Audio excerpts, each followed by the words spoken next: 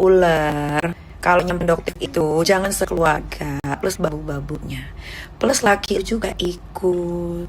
Yang disamperin itu perempuan sendirian. Maksudnya gimana? Biar apa? Hah?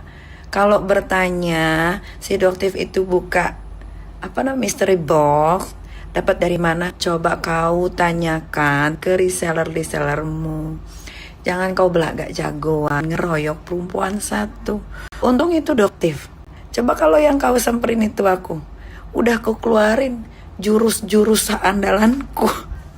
Ya, kungfu panda ku keluarin, Wing Chun ku keluarin, boxing ku keluarin, pilates ku keluarin semua ya. Rahma ular coba one by one. Bisa coba masyarakat Indonesia. Bisa lihat kan dari live yang tersebar, Rahma ular mengakui omsetnya menurun. Hah? Akibat apa? Ulahnya sendiri. Kau ngapain Rahma ular? Kau bawa satu rumahmu. Lakimu Fitrah pun kau bawa. Ya, sekeponakan-keponakan sebabu-babumu kau bawa. Kalau kau berani, kau datang sendiri. Tuh baru diacungin jempol. Kalau kau datang satu RT, nggak ada jempol ini ngacung. Nggak ada. Itulah babumu itu. Berteriak-berteriak gitu. Terjamin sudah dia kalau di penjara. Gara-gara membela kau yang salah. Terjamin sudah. Iya. Istighfar, Rahma ular. Coba kalau sholat itu makanya doanya yang benar.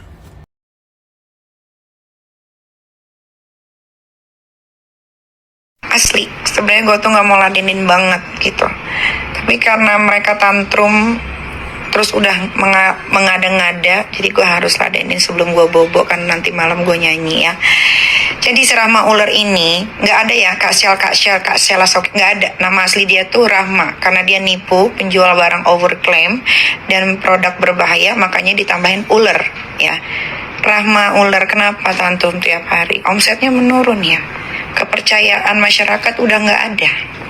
Baju ngejeplak, skincare rata-rata overclaim dan berbahaya.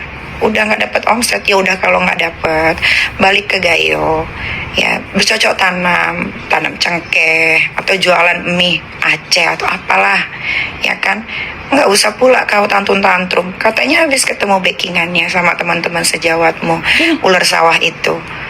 Postingannya happy kenapa besokannya tantrum?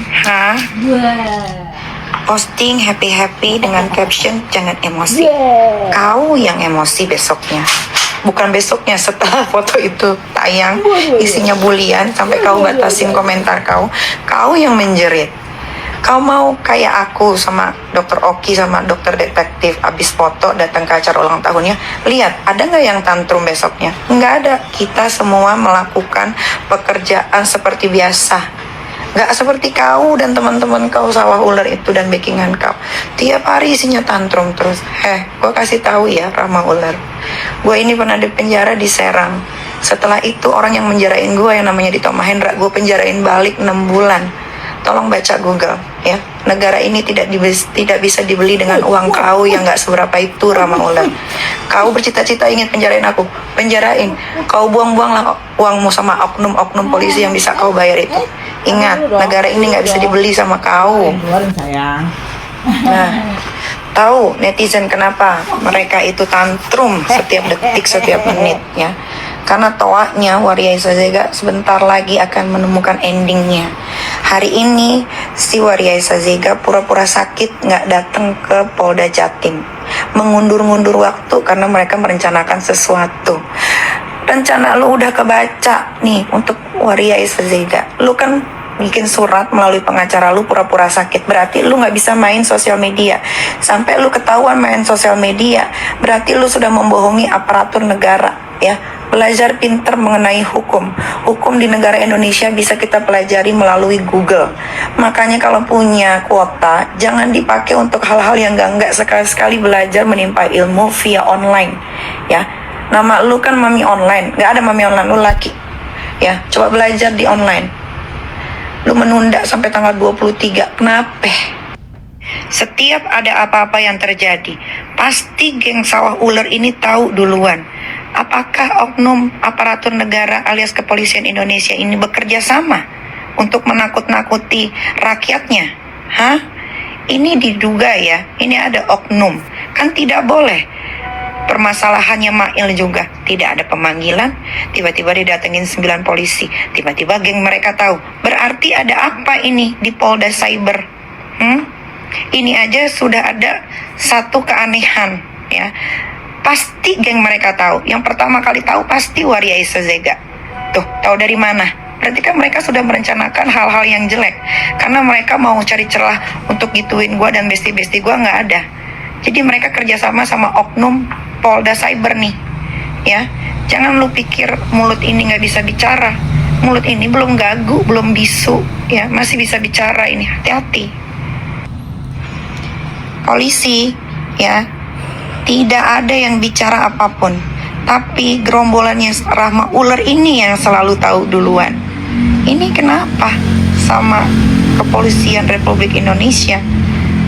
Ini ada yang aneh. Ada apa ini? Apakah oknum-oknum ini diberi serpihan-serpihan rupiah?